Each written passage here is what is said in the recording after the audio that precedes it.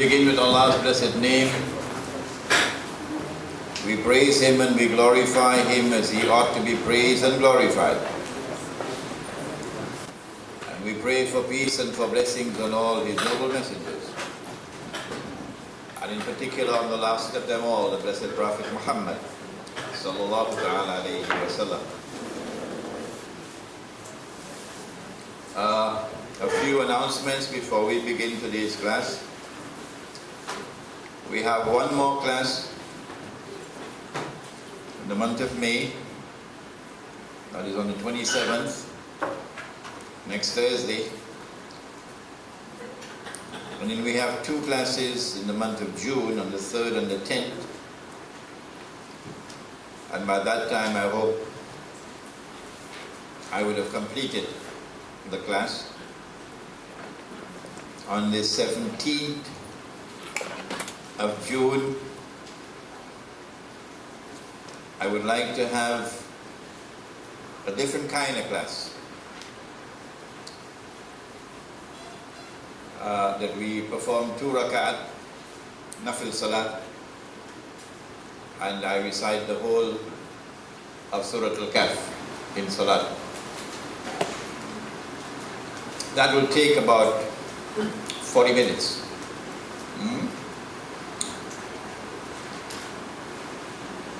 After that, I would like suggestions from you. What you like to do with the remaining amount of time, since it will complete the class. Maybe that you might want to bring some sweets and so on, and we all share with each other.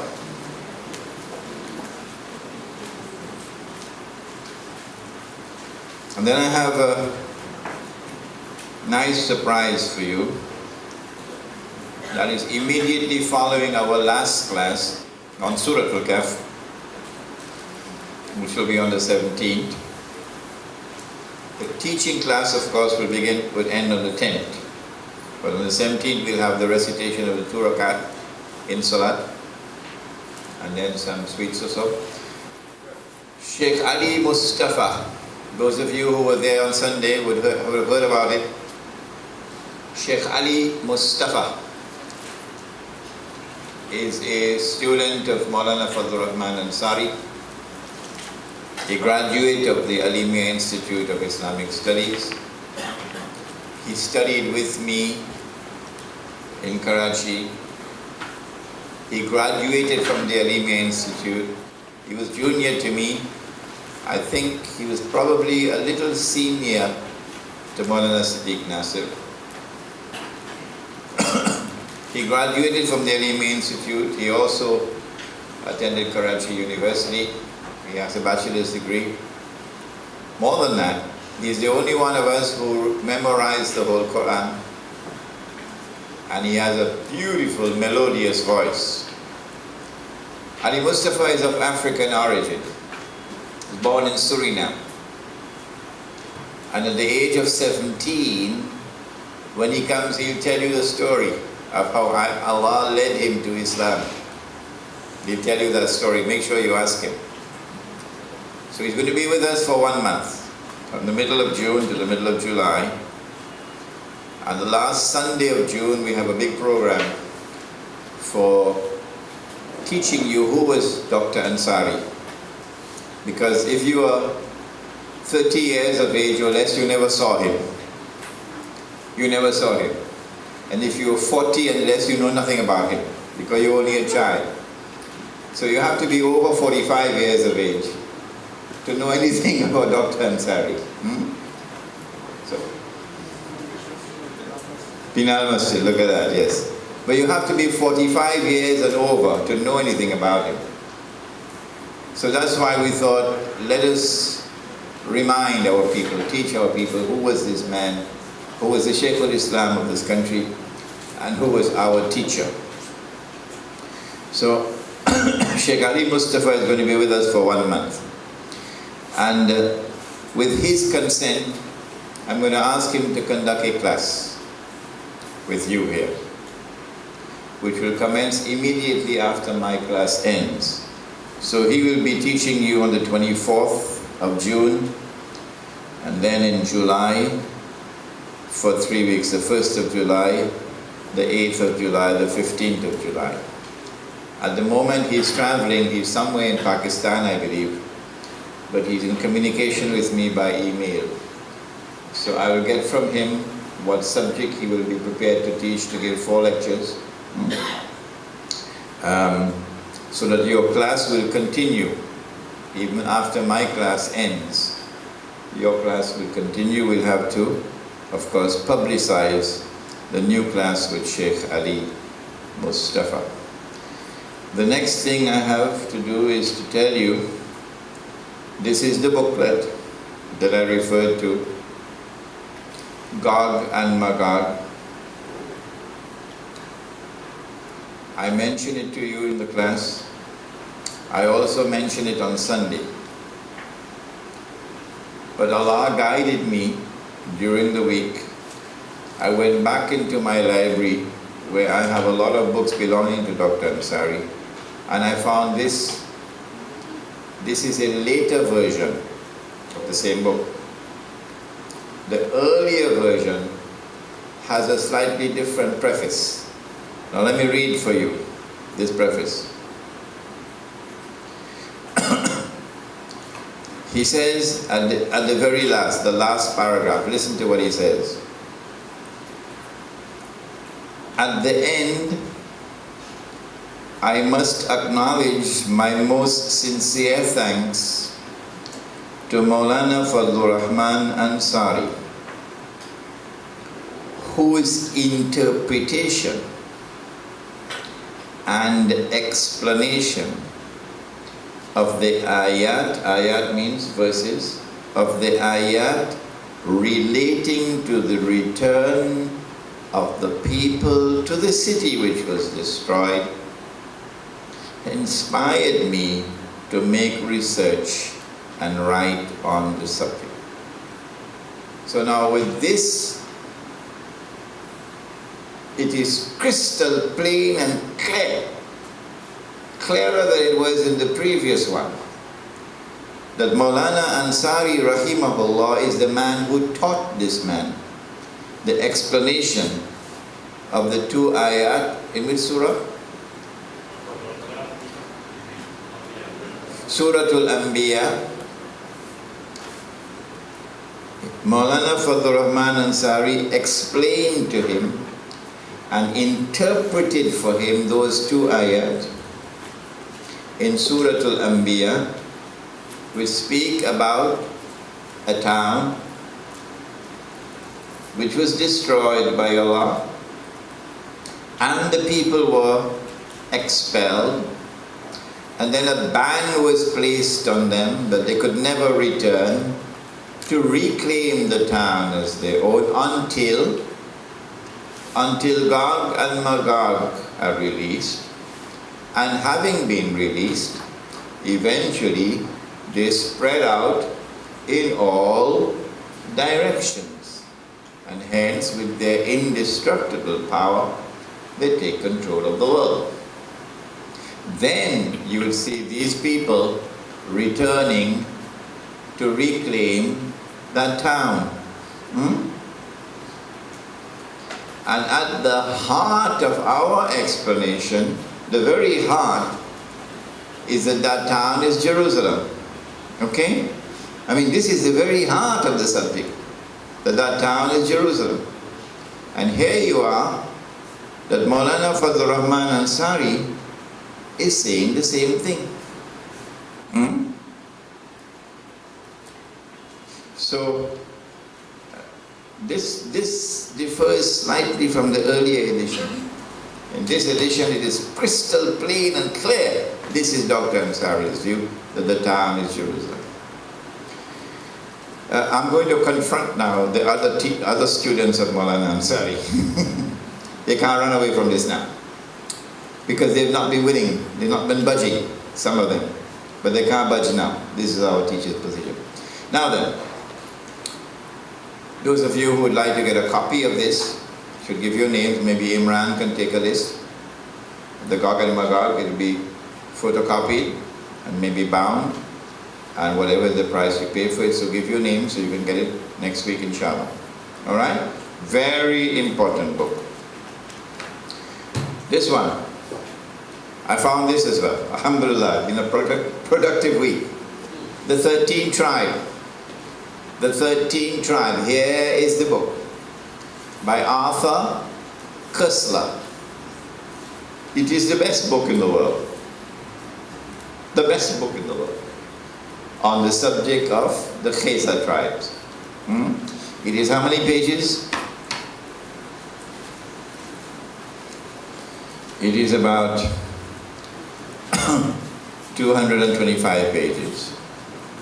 So it might cost a pretty penny to have it photocopied and bound. It's on the net. Good. So those of you who would like to have a hard copy, give your name to Imran Khan, and they will have it photocopied and bound. So you can collect your copy next week, inshallah. Whatever be the cost, maybe $20, $25, huh? About $40, whatever it is. But believe you me, this is the best book on the subject. If you grasp the subject of Gog and Magog, you can teach the Muslim community of Trinidad for the next 50 years. You'll be the teachers. All right. Bismillah ar-Rahman ar-Rahim. We had reached up to ayah number 28, I believe.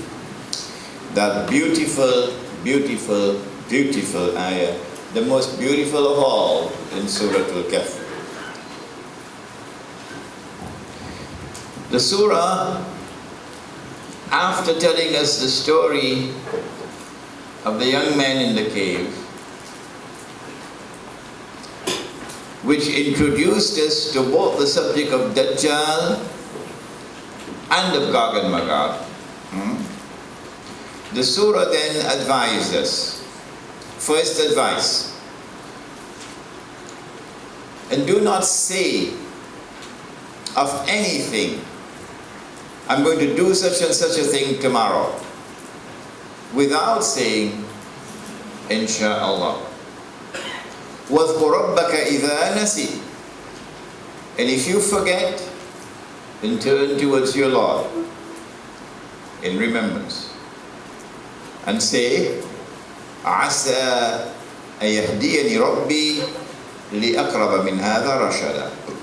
I pray that my Lord might guide me to a more correct, a more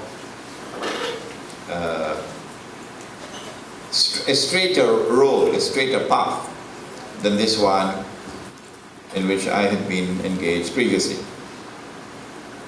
Then came the second piece of advice. وَاتْلُو مَا أُوحِيَ إِلَيْكَ مِنْ كِتَابِ رَبِّكَ.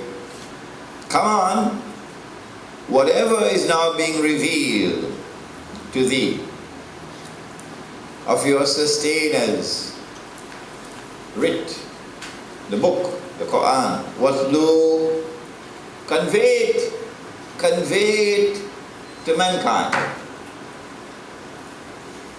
Don't sit on the Qur'an. Rather, reach out the Qur'an to mankind.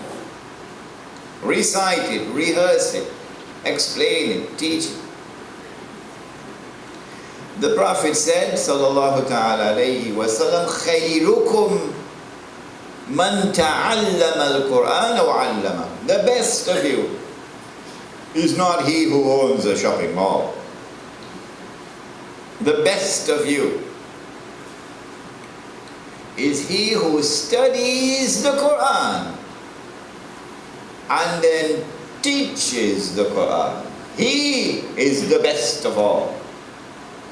And so Surah Al-Kahf is giving you the guidance with which to respond to the vicious attacks of the godless world. Teach, study the Qur'an and teach the Qur'an. لا مبدل لكلماته. No one Nothing can change Allah's word in the Qur'an. Washington can't do it. London can't do it. No one can do it. وَلَن تَجِدَ مِن دُونِهِ مُلْتَحَدًا.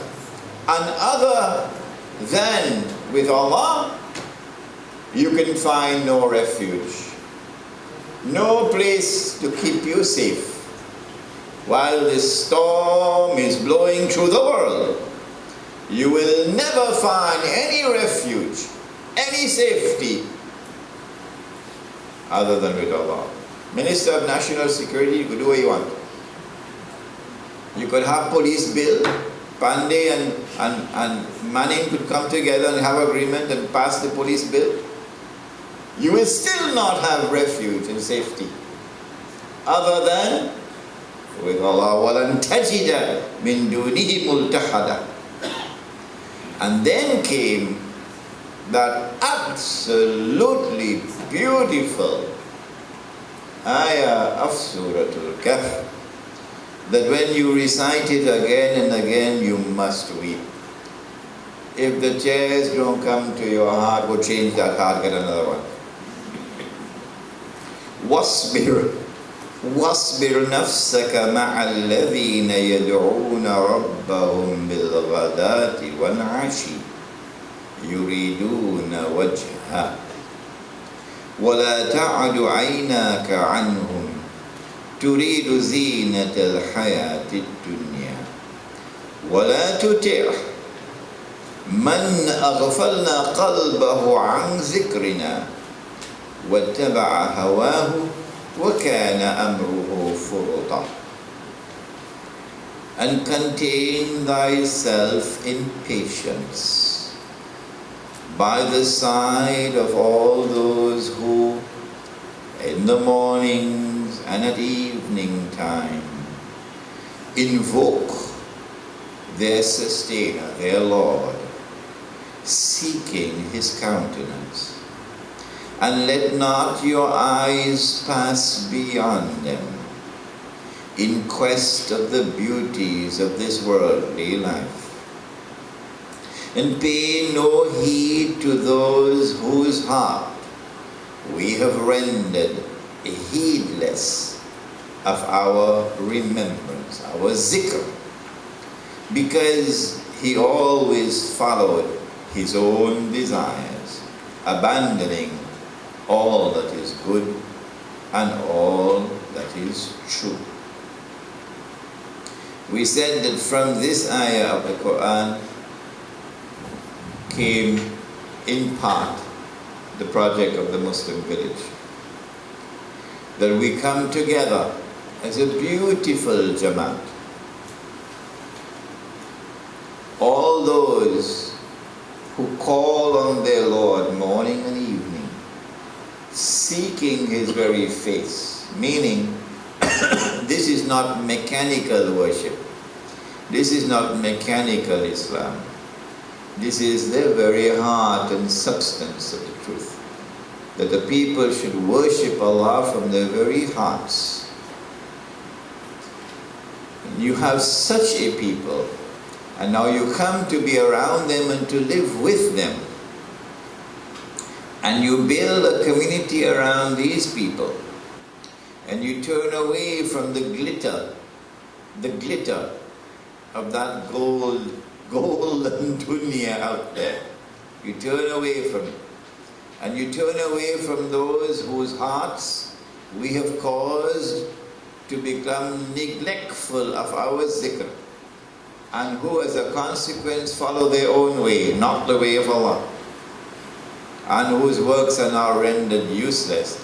You turn away from such people and you keep the company of these. These are the ones who can survive the storm. That is at the heart of the Muslim village. Not mechanical Islam in that village, no. An Islam which will vibrate and pulsate the very heart of the deen, the beautiful heart of the deen.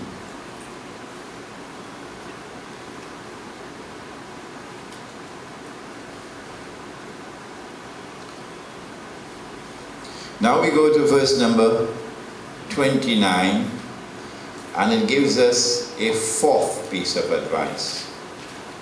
The first one was about Insha'Allah.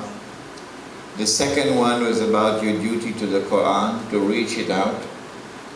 And that other than with Allah and the word of Allah, there is no refuge, no safety. The third one was keep your heart content, be patient by keeping the company of these people who call on their Lord morning and evening, seeking His very face.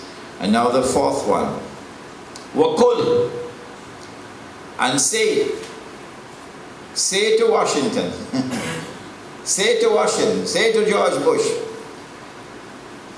say to the godless world, say to mankind, say it fearlessly, say it without any regard for consequences. وَقُلْ جَاءَ الْحَقِّ, say to them, the truth has come. وَقُلْ جَاءَ الْحَقِّ, وَقُلِ الْحَقُّ مِنْ رَبِّكُمْ, say to them, the truth has come from your Lord. This is the truth, the Qur'an. فَمَنْ شَاءَ فَلْيُؤْمِنْ, whosoever wishes is free to accept it. We invite you to accept it.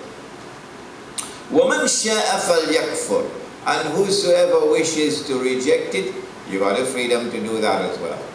There is no compulsion. We're not ramming anything down anybody's truth. You got the freedom to choose either to accept or to reject. وَقُلِ الْحَقُّ مِنْ رَبِّكُمْ فَمَنْ شَاءَ فَلْيُؤْمِنْ وَمَنْ شَاءَ فَلْيَكْفُرْ. Now, when you make that choice, what would be the consequences of your choice? If you choose to reject the truth which has come, Allah says, this is what I'm going to do with you. إِنَّا أَعْتَدْنَا لِلظَّالِمِينَ نَارًا أَحَاطَ بِهِمْ سُرَادِقُهَا وَإِنْ يَسْتَغِيثُوا يُغَاثُ بِمَاءٍ كَالْمُهْلِ يَشْوِي الْوُجُوهَ بِئْسَ الشَّرَابُ وَسَاءَتْ مُرْتَفَقًا. Those who reject the truth and then proceed beyond that to wage war on Islam, to commit zulm on the believers, zulm, injustice, oppression, in the prisons of Iraq, in Afghanistan, in Chechnya, in Kashmir. Those who reject the truth and proceed to wage war on Islam and are committing acts of zulm, this is what I'm going to do with you. I have prepared for you, says Allah, fire. A fire whose billowing folds will encompass them from all sides. The fire is like a fire with different waves, and these waves are like folds, like the waves in an ocean, and these waves come around you and encompass you and surround you from all sides. The fire created by Allah. This is what I have waiting for you. وَإِنْ يَسْتَغِيثُوا يُغَاثُ بِمَاءٍ كَالْمُهْلِ يَشْوِي الْوُجُوهَ بِئْسَ الشَّرَابُ وَسَاءَتْ مُرْتَفَقًا. When the fire surrounds them and they are now burning with thirst, they eat and they ask for water, they beg for water. Allah says they will be given water, yes, but what kind of water? It will be boiling hot like molten lead, and the water would be thrown on them So the water would scale their faces. So today, they're riding high. Today, they're flying high. Yes. But tomorrow, this is what awaits them. What a dreadful drink, says Allah, and what an evil place to have rest in. But what about those who accept the word of Allah and who then show patience while the storm is blowing through the world? Who show patience while they're being oppressed? What about those who accept the command given in the Qur'an and reach out this Qur'an? They study it and then they teach the Qur'an. What about those who now seek the company of the people who worship Allah morning and evening and who seek Allah's face when they worship Him, and who turn away from those whose hearts have been rendered heedless of the zikr of Allah and who pursue their own agenda? What awaits those believers? Allah now says, إِنَّ الَّذِينَ آمَنُوا وَعَمِلُوا الصَّالِحَاتِ. Surely those who have faith and who are righteous in their conduct, إِنَّا لَا نُضِيعُ أَجْرَ مَنْ أَحْسَنَ عَمَلًا. Oh no. No, no, no, no, no. We will not fail. We will not fail to reward those who persevere in doing good. أولئك لهم جنات عدن تجري من تحتهم الأنهار يحلون فيها من أساور من ذهب ويلبثون ثيابا خضرا من سندس واستبرق متكئين فيها على الأرائك نعم الثواب وحسنت مرتفقا. Oh yes, oh yes. If you turn off your television sets now and allow your imagination to work, and you build images in your mind of what Allah is speaking of here, you will say, Subhanallah. Surely those who have faith and who are righteous in their conduct, verily, we do not fail, we will not fail in rewarding those who persevere in doing good. Theirs will be gardens, gardens of perpetual bliss, forever and ever, blissful gardens. And they will have rivers running through the garden.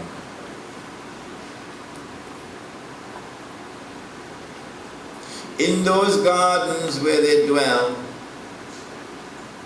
they will be adorned with bracelets of gold. In this world, the male cannot wear gold, you know that.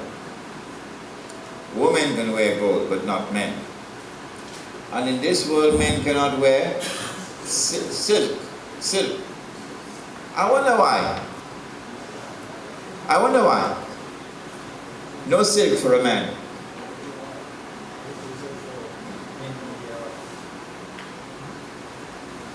Why is it that men are not allowed to wear silk and not allowed to wear gold? Yes, why did he say so? Huh? What did he say? Yeah, I want to know as well. Any sister? Let me come and hear this.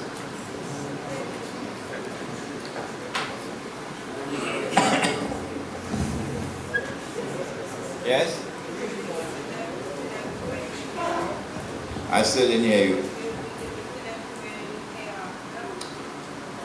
They will get it in the hereafter. But why not here?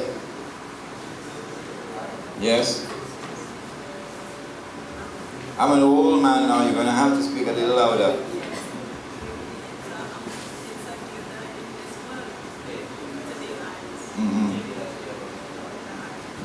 Because it will cause men to be dazzled. Yes, okay, now let's hear the Imam. The friendly Imam from Friendship Village. Could it be that it will create qualities of pride and arrogance in such people like kings and royalty? Pride and arrogance, yes. What about Imam from Pinal?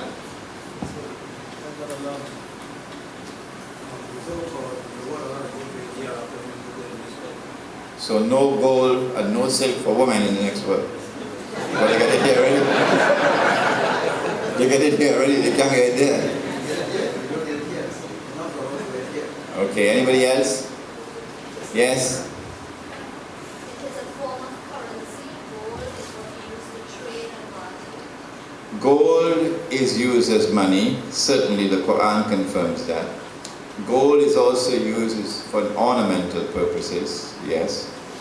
And it is in the context of the gold being used as ornaments that men are not allowed to use them. But a man could have gold coins in his pocket, no problem with that.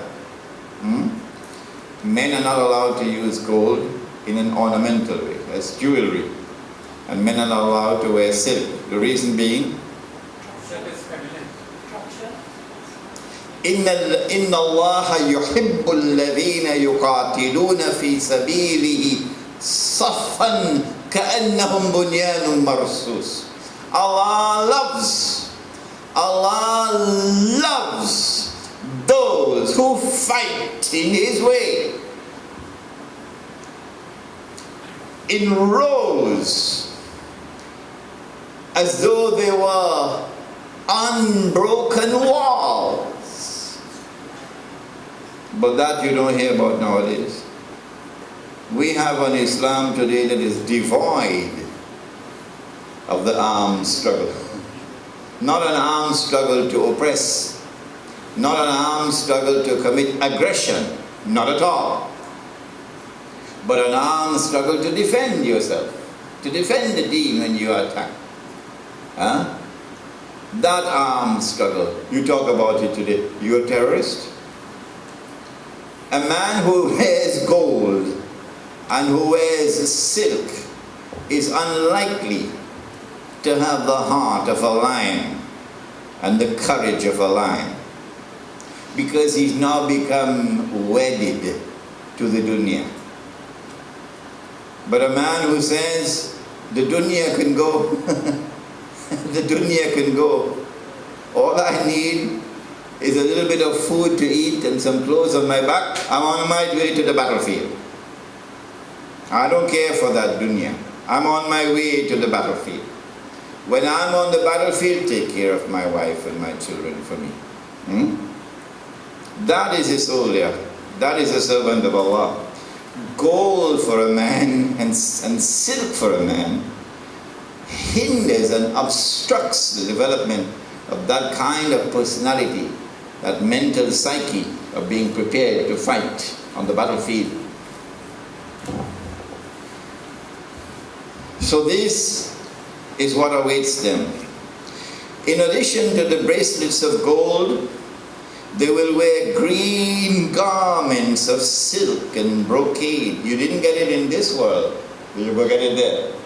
Silk and brocade. And in that world you're going to have couches. I guess there will be couches that you could rock a little bit with it. Couches on which you will recline. Hum wa azwajuhum, they and their wives. Hum wa azwajuhum. What an excellent reward for those people, and how good a place of rest awaits them. If you stand firm while this evil storm is blowing through the world, the Surah Kahf has explained to you. Now comes the story.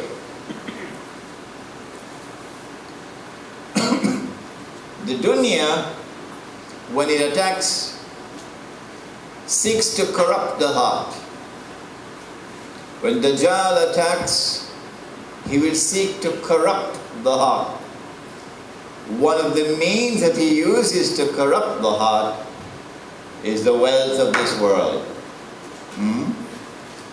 The wealth of this world, when it replaces Allah in the heart, then no longer do you live for Allah. You now live for the Toyota Camry. You live for a nice house that you want to build. You live for some woman you want to marry. I live for you. I'll die for you. Everything I do it for you. Huh? That is called shirk. That is called shirk. What is in your heart is what you worship. Whatever takes priority in your heart is what you worship. Whatever stands tallest in your heart is what you worship. Whoever has the last say in your heart is what you worship. So when the dunya takes over the heart, Dajjal has succeeded in corrupting you with shirk. I think you and I will recognize that this has succeeded in the world today. And the overwhelming majority of mankind, illa masha'Allah, have fallen prey of this attack. وَضْرِبْ لَهُمْ مَثَلًا أَصْحَابُ النَّارِ. Where are we? وَضْرِبْ لَهُمْ مَثَلًا رَجُلَيْنِ جَعَلْنَا لِأَحَدِهِمَا جَنَّتَيْنِ مِنْ أَعْنَابٍ. Tell them the story of the two men. Two men to whom we had given two men, one of whom we had given two gardens. And because these are gardens with date palms, and in between the date palms there are fields of corn, grain, and because these gardens yielded crops in abundance, never failed to produce an abundant crop, and because these gardens had a stream, a river running in between them, and therefore there was natural irrigation, and because this man therefore had produce in abundance and therefore was wealthy, this wealth now became a test and a trial for him, and he failed the test. His friend did not possess this wealth. He was poor. And the rich man was so corrupted by his wealth that he came to the conclusion that because he's rich, he's a somebody. Oh, we have a brother from Washington here today, Hisham Abdul Rahman. We welcome Hisham, but Hisham, sometimes I use a little bit of Trinidadian English. Alright? Because he was wealthy, he considered himself to be a somebody. And because that man was poor, he considered him to be a nobody. So when a somebody dies,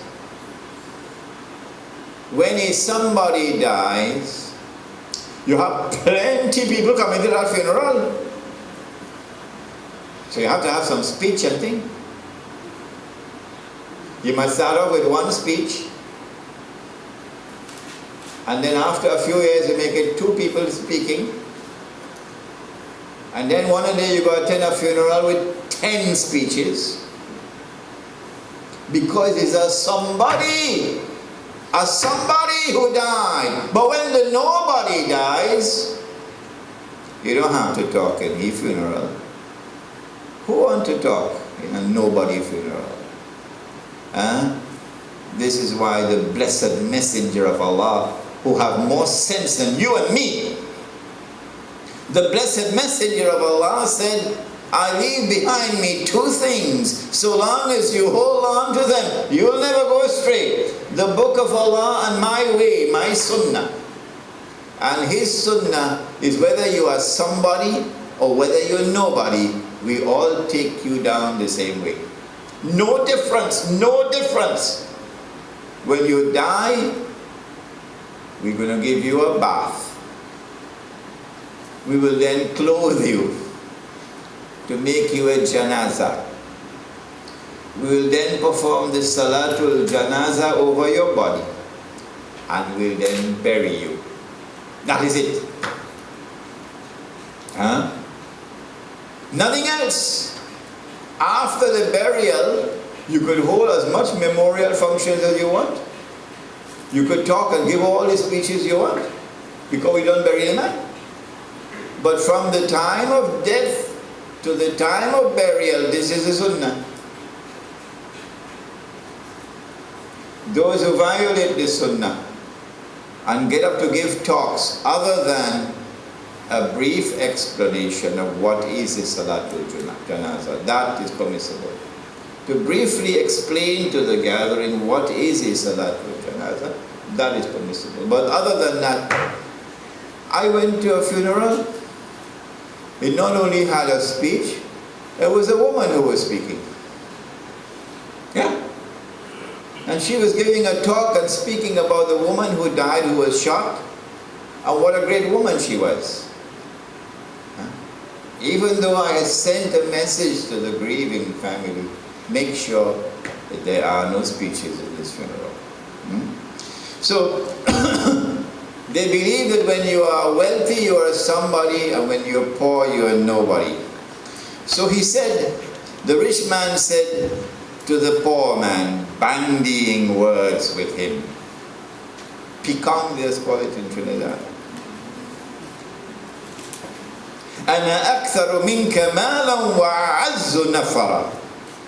Man, I richer than you, and I have more people in my entourage to open the car door when I come and thing, to shine my shoes and thing. I have more people following me than you, therefore I am superior to you. وَدَخَلَ جَنَّتَهُ وَهُوَ ظَالِمٌ لِنَفْسِهِ. And so he entered into the garden in this state of sin against his very soul.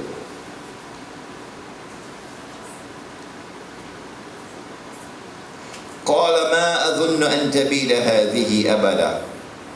He declared, oh, I don't think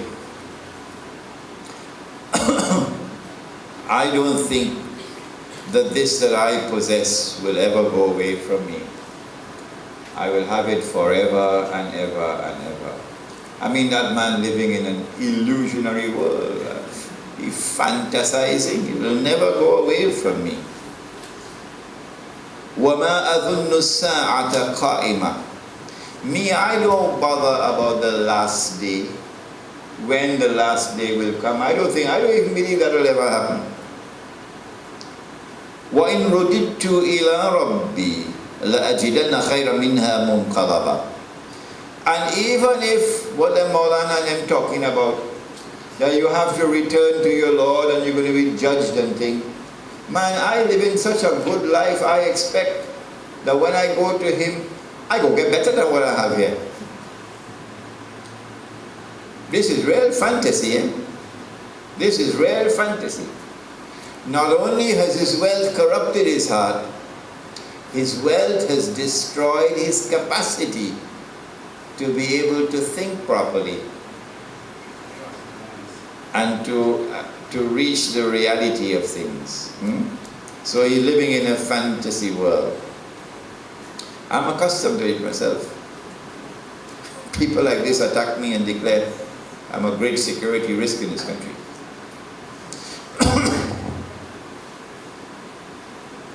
وَلَئِنْ رُدِدْتُ إِلَىٰ رَبِّي لَأَجِدَنَّ خَيْرًا مِنْهَا مُنْقَلَبًا. Now the poor man responded, قَالَ لَهُ صَاحِبُهُ وَهُوَ يُحَاوِرُهُ. The poor man responded, and he's also arguing with the rich man. أَكَفَرْتَ بِالَّذِي خَلَقَكَ مِنْ تُرَابٍ ثُمَّ مِنْ نُطْفَةٍ ثُمَّ سَوَّاكَ رَجُلًا. Are you going to commit a blasphemy? to blaspheme against He, Allah, who created you out of dust, min turab. Allah created you from dust. You're blaspheming against Allah because you're not recognizing that it is Allah's grace, Allah's bounty which has come to you. You should show thanks to Allah. You should be humble with what Allah has given to you. And you should use what Allah has given to you in a manner which He has ordained that you should use. Spend it in the way of Allah, who created you out of dust. ثُمَّ مِن نُطْفَةٍ. Are you going to blaspheme against He who not only created you out of dust, He also created you from a drop of sperm. ثُمَّ سَوَّاكَ رَجُلًا. And in the end, from dust and from that drop of sperm, He has fashioned you into this complete person, this human being. لَكِنَّهُ اللَّهُ رَبِّي. But for me, that is your way. But for me, I know and I recognize and I submit to He who is Allah and who is my Rabb, the one who sustains me. وَلَا أُشْرِكُ بِرَبِّي أَحَدًا. And I will not commit this act of shirk, of turning away from Allah and letting someone else or something else take His place in my heart.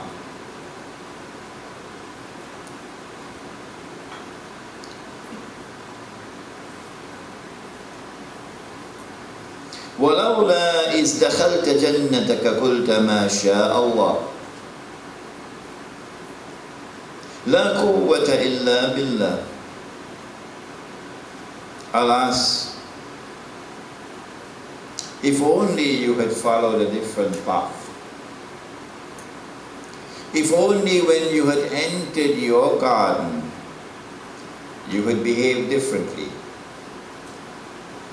And that is that you had said, Ma sha Allah. And so Surah Al-Kahf is reminding us, whatever Allah gives us that pleases us. Allah gave you a nice wife.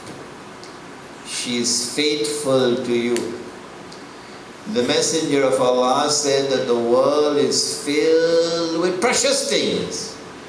But the most precious thing of all is a virtuous woman. So every time you see this woman who is your wife and who is virtuous, you say, MashaAllah. Allah gave you a job, Allah gave you a house, Allah gave you so many things. Anytime you enjoy them, you turn to them, and you're using something that Allah gave to you. Surah Al-Kahf is saying to you, you must say, MashaAllah, MashaAllah. In uttering the words MashaAllah, you are protecting yourself from being corrupted by the dunya. MashaAllah. La quwwata illa billah.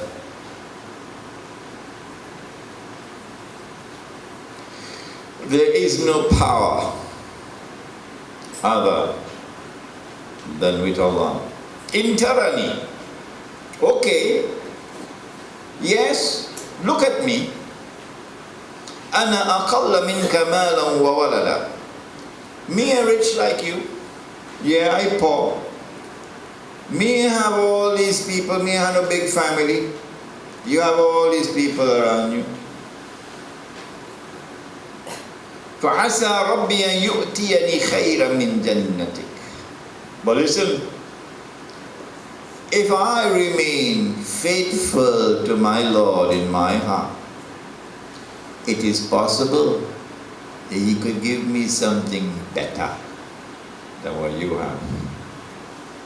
Now this statement here truly is golden for the heart of the poor and the oppressed in the world today, who have nothing. Yes, they live miserable lives. But your poverty should not lead you to turn away from Allah. Your destitution should not lead you to go worship other than Allah. No. If you remain patient in your distress, if you remain faithful to Allah despite your poverty, then the poor man is saying, remember that Allah could give me something better than what you have. عسى ربي أن يؤتيني خيرا من جنتي ويرسل عليها حسبانا من السماء فتصبح صعيدا زلقا أو يصبح ماؤها غورا فلن تستطيع له طلبا. Not only can Allah give me better than what you have, you arrogant so-called somebody, but let me tell you something else. Allah can destroy what you have. He could take away everything that you have.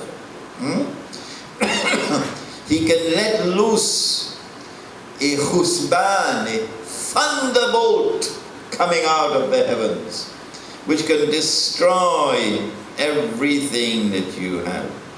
And then your garden, when it is destroyed, would become a heap of barren dust. Or Allah can take away the water. The river will run dry. You no longer have any water to irrigate. And so your gardens will be destroyed. And you will never be able to recover it. So said, so done.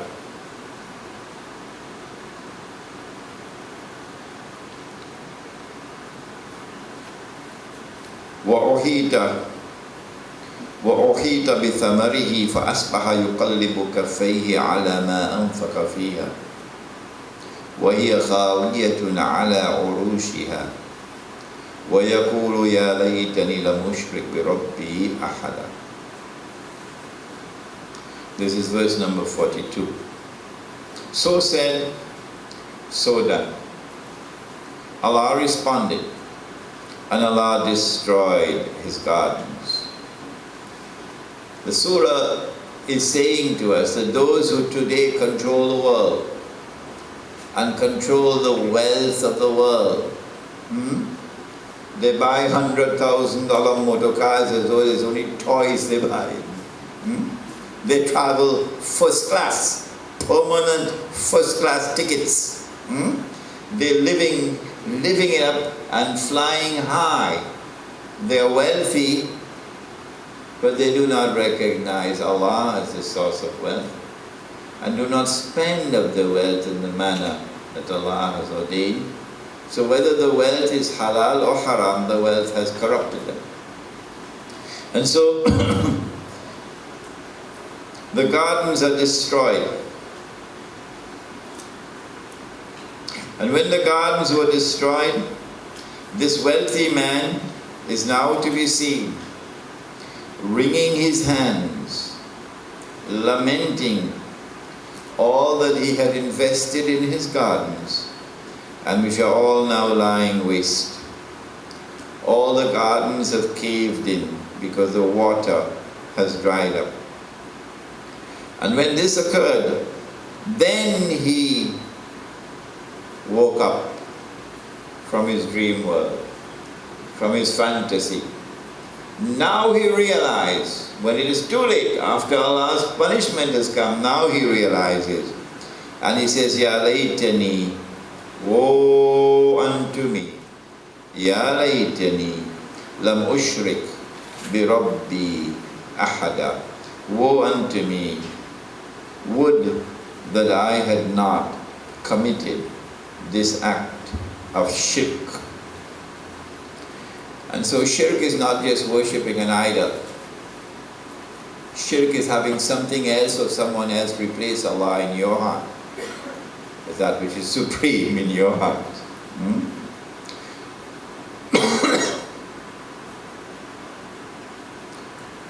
وَلَمْ تَكُنْ لَهُ فِئَةٌ يَنْصُرُونَهُ مِنْ دُونِ اللَّهِ وَمَا كَانَ مُنْتَصِرًا. He had no one to help him other than Allah, and he could not himself assist himself in his state. So he is helpless, and he is without the wealth that he had. He is now reduced to poverty because of Allah's punishment of him. هُنَالِكَ الْوَلَايَةُ لِلَّهِ الْحَقِّ. And so Surah Kahf now reminds mankind of this lesson. Al-walaya, wali, awliya, the friend who protects. The friend who protects. هُنَالِكَ الْوَلَايَةُ لِلَّهِ الْحَقِّ. All protective alliances, all protective friendship, all protective power belongs to Allah alone. Al-Haq, the true one. هُوَ خَيْرٌ ثَوَابًا وَخَيْرٌ عُقْبًا. He is the best to reward, and He is the best to determine what is to be. وَضْرِبْ لَهُمْ مَثَلَ الْحَيَاةِ الدُّنْيَا. Now let us teach them a lesson about the life of this dunya. Dunya se dil laga kar, dunya se kya milega. Let us teach them a lesson about the life of the dunya. وَضْرِبْ لَهُمْ مَثَلَ الْحَيَاةِ الدُّنْيَا كَمَاءٍ. The lesson is that the life of this world is like water. Yes, look at water and you'll understand the life of this world. وَضْرِبْ لَهُمْ مَثَلَ الْحَيَاةِ الدُّنْيَا كَمَاءٍ أَنزَلْنَاهُ مِنَ السَّمَاءِ. We send down the water from the skies. فَاخْتَلَطَ بِهِ نَبَاتُ الْأَرْضِ. And when the water soaks into the earth, it is absorbed by the earth. Then all the shrubs and the plants and the greenery will come out. فَأَصْبَحَ هَشِيمًا. فَأَصْبَحَ هَشِيمًا. But do you notice that after some time the green earth turns to brown? Do you notice that all the plants and trees and shrubs eventually turn into dry stubble? Look around you and you see it. And as you see the green plants turn to dry stubble, that is the life of this world. فَأَصْبَحَ هَشِيمًا تَزْرُوهُ الرِّيَاحُ. And when the plants and the shrubs turn to dry stubble, don't you see that the wind blows them all over the place? تَزْرُوهُ الرِّيَاحُ. The wind blowing these plants and trees and dry grass all over the place. That is the life of this world. تَزْرُوهُ الرِّيَاحُ.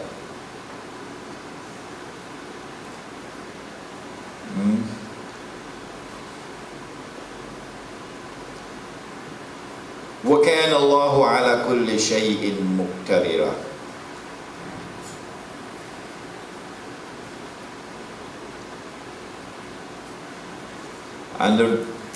And Allah alone who determines all things. Now comes yet another startling ayah of this surah. The first one was وَاصْبِرْ نَفْسَكَ, let your heart be content. That was number 28. Now comes another one in number 46. I mean, these verses stand out. What does 46 say? Al-malu wal-banoon. Al-malu wal-banoon zinatul hayati dunya. Wal-baqiyatu salihatu khayrun inda rabbika thawaban wa khayrun amala. Wealth and family. Yes. These are the jewelry. These are the adornments of this dunya, this hayatul dunya. But remember that good deeds,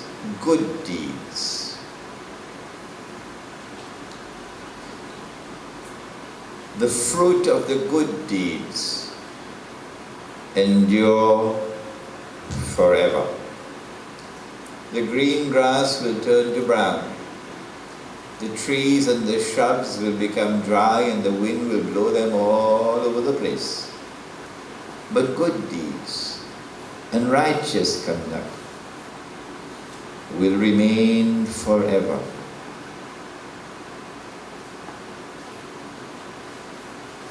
The fruit remains forever.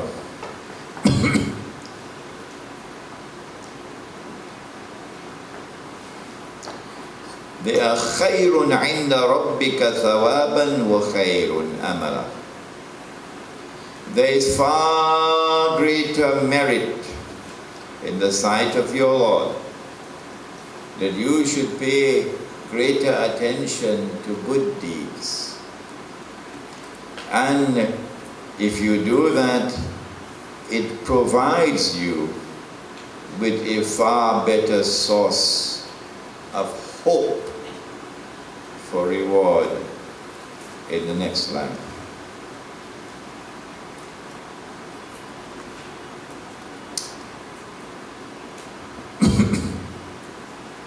وَيَوْمَ نُصَيِّرُ الْجِبَالِ.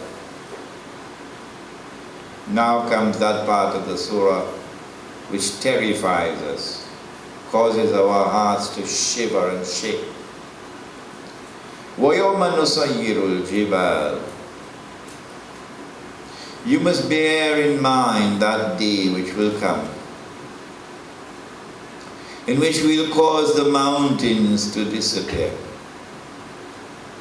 وَتَرَى الْأَرْضَ بَارِزَةً.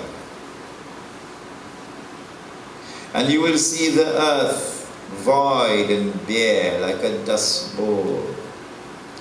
وَحَشَرْنَاهُمْ. And we will then gather all of mankind. Come out of your graves. فَلَمْ نُغَادِرْ مِنْهُمْ أَحَدًا. And we will not leave out even a single one. All will be gathered. وَعُرِضُوا عَلَى رَبِّكَ صَفًّا. And we'll all be lined up before Allah, in lines, in rows. لَقَدْ جِئْتُمُونَا كَمَا خَلَقْنَاكُمْ أَوَّلَ مَرَّةٍ. Now Allah speaks, first person. First person. The grammar here is important. The literary form is important. Allah now speaks and He says,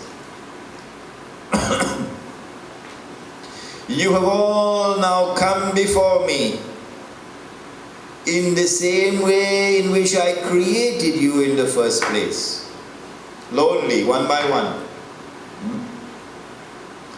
And in the hadith, when we are resurrected, we'll not have any clothes on.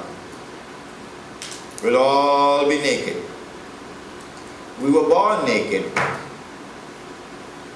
We were born naked. And we'll be resurrected naked. And the first one to be provided with clothing is who? Huh? Correct? MashaAllah. Our father Ibrahim alayhi salam. is the first one to be given clothing. لَقَدْ جِئْتُمُونَا كَمَا خَلَقْنَاكُمْ أَوَّلَ مَرَّةٍ.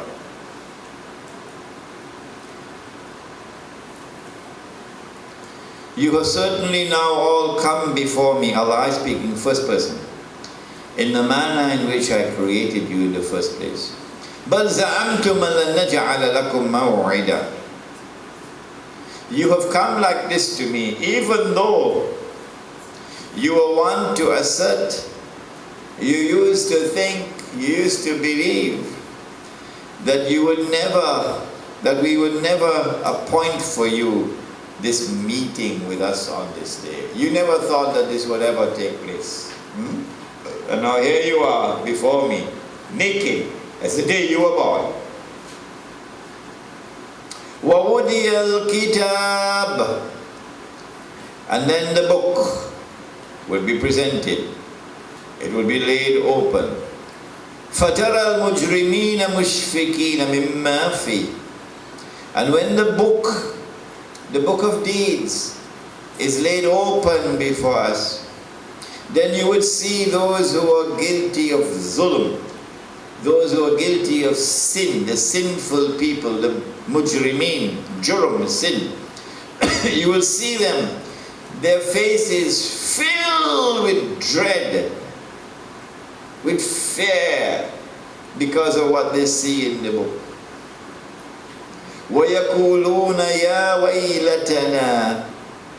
And then you will hear them saying, woe unto us. مَا لِهَذَا الْكِتَابِ. What kind of book is this? What kind of book is this? لَا يُغَادِرُ صَغِيرَةً وَلَا كَبِيرَةً إِلَّا أَحْصَاهَا. It ain't leave out nothing. It ain't leave out nothing. Everything here, big and small, everything in this book. What kind of book is this? وَوَجَدُوا مَا عَمِلُوا حَاضِرًا وَلَا يَظْلِمُ رَبُّكَ أَحَدًا. What a book is this? It ain't leave out nothing. Small and big, everything is it. Everything is taken into account. For they will find in this book all that they have ever done now facing them. And they will know that when the Lord now judges, He will not do wrong to anyone. Justice will be done in that judgment. Let us stop there. Today we have completed up to verse 49. And when we come back next week, we'll start with verse number 50. I think you will agree with me that this is truly a surah of the Qur'an that shakes us up, wakes us up from our sleep. ربنا تقبل منا إنك أنت السميع العليم وتب علينا يا مولانا إنك أنت التواب الرحيم برحمتك يا أرحم الراحمين. We have a few minutes for questions.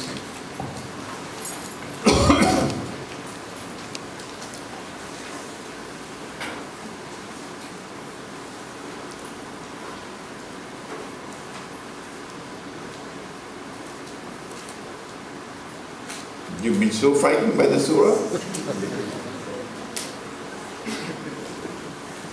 No questions? Okay. Number one, prepare for a test, a written test, which will test your knowledge of the information delivered in the class, the information, the facts of Surah Al-Kahf. We can, if you would like, have that test somewhere around the end of July. If you want more time, I can give you more time. The recordings of the lectures will be very helpful for you. But this is a test which is testing your knowledge of information and facts, not analysis. In addition to that, you have one more thing to do.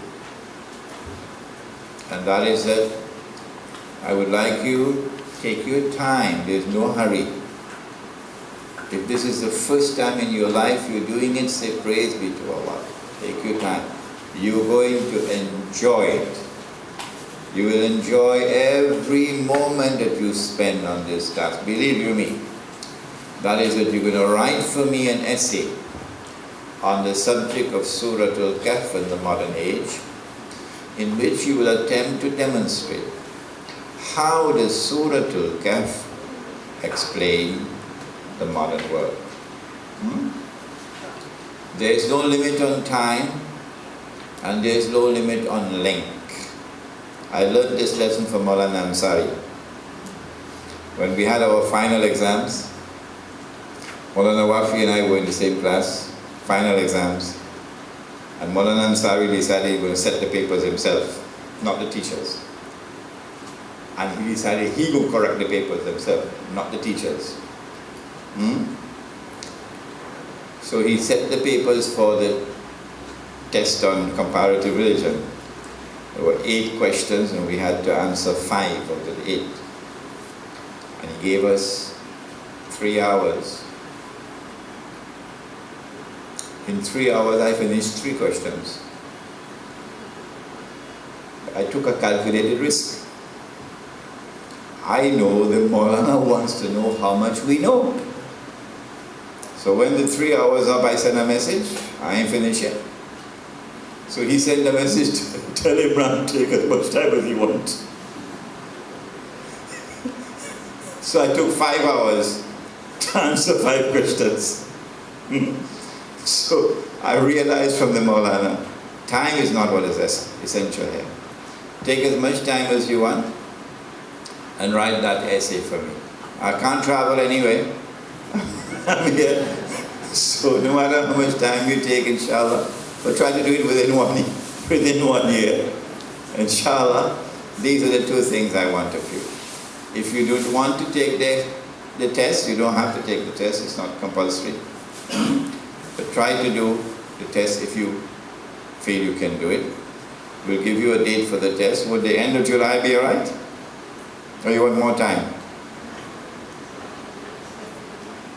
Let me see a show of hands, all those who would take the test. At least one person should put up their hand. Oh, that's good. Alright, that's good. Alright. Would the end of July be alright? No. How much time you want? 6 weeks? End of August? End of August. Okay. I would like to teach 2 other classes. One is, as suggested by Sister Mehroon, a class on Maulana Ansari's book, The Quranic Foundations and Structure of Muslim Society, but that is heavy. That's real heavy stuff. It's not an easy book to teach. The other one that I would feel more comfortable with is a class in which we give a summary of the whole Qur'an, surah by surah. We're not going through the Qur'an ayah by ayah like we're doing here now. No. We take a surah and we try to summarize the surah. And we go through from beginning to the end. You don't have to have the same teacher, you see. For every surah, we could have different teachers coming and giving a summary of a surah. So I have to make a choice between these 2, either Quranic Foundations, which is a very heavy subject, or a summary of the whole Quran. I'm thinking about it. Inshallah we'll decide. ربنا تقبل منا إنك أنت السميع العليم وتب علينا يا مولانا إنك أنت التواب الرحيم برحمتك يا أرحم الراحمين.